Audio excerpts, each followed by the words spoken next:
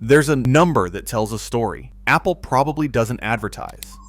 The average iPhone user now waits 41 months between upgrades, and a decade ago, that number was 23 months. The phones haven't gotten worse, and by every technical measure, they've gotten dramatically better, more powerful, more capable, more refined. And yet people are waiting nearly twice as long to replace them. It's not an affordability problem, because iPhone sales revenue keeps growing. It's not a quality problem, because customer satisfaction remains high.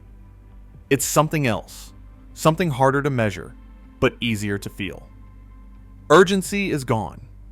You watch an Apple event now, and you already know what's coming. A better camera, a faster chip, a slightly refined design. All improvements, none of them surprises. The products look excellent. The engineering is impressive. Everything works exactly as it should. And yet, something feels different. The anticipation isn't there anymore. Apple became predictable. There was a time, not all that long ago, when Apple felt like the opposite of predictable. When you genuinely did not know what they would announce next. Not because information leaked poorly, but because the company itself seemed to be figuring it out as they went. Products arrived when they were ready, not when the calendar demanded it. The original iPhone launched in 2007 with no apps, no copy-paste, and a price point that made carriers nervous. It was incomplete by most standards, but it was also unlike anything else, a device that felt like it came from a different future. The iPad arrived 3 years later to widespread confusion. Apple released it anyway, confident the market would catch up to their vision.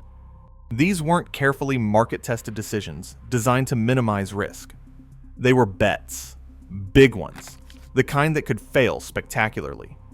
And some did fail, like the first Apple TV or Mobile Me. But the misses somehow made the hits feel more genuine, like the company was willing to be wrong in service of being interesting rather than safe. Design changes mattered then because they signaled intent, not just iteration. When Apple removed the optical drive from laptops, it was declaring that physical media was over. When they introduced Retina displays, it reset expectations industry-wide. These moves felt disruptive. They pushed the industry forward, whether the industry wanted to be pushed or not. That era of Apple carried real emotional energy. You did not just buy a device. You bought into a vision of where technology was heading, and crucially, you did not know exactly where that was. That uncertainty created attachment in a way that predictability never could. You wanted to see what they would do next, not just because you needed a new phone, but because you were genuinely curious. But unpredictability at small scale is very different from unpredictability at massive scale. And by the mid-2010s, Apple wasn't a scrappy computer maker anymore. It was the most valuable company in the world, with billions of devices in circulation, a supply chain spanning continents, and quarterly earnings that moved entire markets. At that scale, unpredictability becomes a liability. Investors want consistency. Supply chain partners need 6 months of lead time. Retail staff need predictable product cycles. Software developers need stable platforms. Users need to know their devices will be supported for years. All of these pressures push toward the same outcome: predictability. And so Apple changed, not because leadership failed or vision dimmed, but because the incentives shifted. Predictability became a feature, not a bug. Yearly iPhone releases created a rhythm everyone could plan around. Consistent design, language-built ecosystem familiarity. Incremental improvements reduced risk. Stability became the product in a way it never was when the company was smaller. This wasn't a mistake. It was optimization. Apple became extraordinarily good at delivering exactly what was expected, exactly when it was expected. September meant new iPhones. October meant new iPads. June meant software updates previewed months in advance.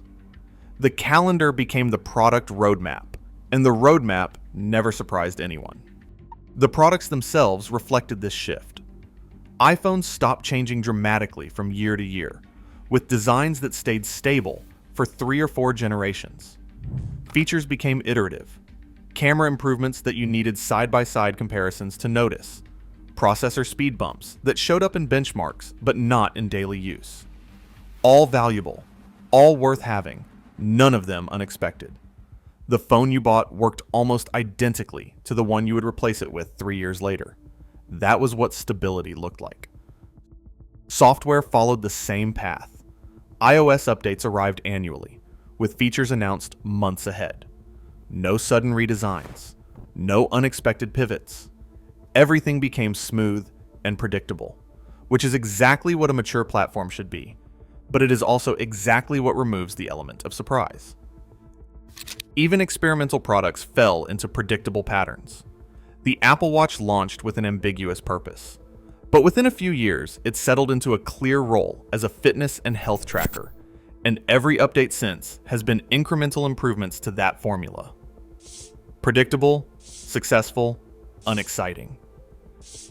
The emotional consequence is subtle but measurable. People wait longer to upgrade now, not because the products are worse, but because the urgency is gone. If you know next year's iPhone will be incrementally better, and the year after will be incrementally better than that, the pressure to upgrade immediately disappears. Launches are still watched, but differently. Less like events where anything could happen, and more like confirmations of rumors you already read. You tune in to verify the specs, to see the colors, but you are not expecting to be surprised, and mostly, you are not. This is the paradox of predictability. It solves real problems. It reduces risk. It builds trust that your device will work, that updates will not break things. That is genuinely valuable. But it is also emotionally flat, in a way that surprise never is. Surprise creates a different kind of attachment. It makes you pay attention even when you do not need a new device. It makes the brand feel alive rather than managed. And surprise is nearly impossible at Apple's current scale because surprise requires risk. And risk at this scale affects billions of people and trillions in market value. The larger Apple became, the harder surprise was to justify. Every product decision cascades through supply chains that take months to adjust, developer ecosystems that need stability, retail operations that need predictable cycles. You cannot just release something weird to see what happens when too many systems depend on knowing what is coming. So you optimize, you refine, you improve incrementally, and you become predictable. Because that is what success at this scale requires. This wasn't a choice in the traditional sense. It was an inevitability, the natural outcome of success. Companies built on emotion and unpredictability struggle to maintain that energy at massive scale because the very growth that makes them dominant also makes them cautious. And caution, however rational, feels different than boldness. What Apple is experiencing isn't unique. It's a pattern that plays out whenever companies built on disruption grow large enough that disruption becomes dangerous. Brands built on breaking rules eventually become brands built on consistency. The transition is rational, often necessary, but it changes how the brand feels, and feelings shape attachment in ways consistency never quite can. The interesting thing is that Apple's products are objectively better now by almost every measure. More reliable, more capable, more refined. The iPhone today is vastly superior to the iPhone of 2010. But superior doesn't mean more exciting, and refinement and surprise exist in tension. At Apple's scale, refinement won, and it probably had to win. This isn't a story about decline. It's a story about evolution. About what happens when a company built on unpredictability becomes too large for unpredictability to remain viable. The same forces that made Apple successful demanded that it become stable, predictable, optimized for consistency rather than surprise. Users adapted. They stopped expecting surprise. They started expecting refinement instead, appreciating steady improvements without feeling urgency to upgrade immediately, which is fine. Refinement is valuable. Reliability matters. Predictability serves a purpose. But it serves a different purpose than surprise does. The era when Apple felt genuinely unpredictable is probably over, not because the company stopped innovating, but because innovation at this scale looks different. It's steadier, safer, more carefully considered. The products are better. The experience is smoother. The business is stronger. But the feeling changed. Apple didn't fail. It didn't lose its way. It simply became what successful companies at massive scale tend to become: predictable. And predictability, however rational, however necessary, feels different than surprise. It generates different emotions, creates different kinds of attachment. That's not a problem to solve.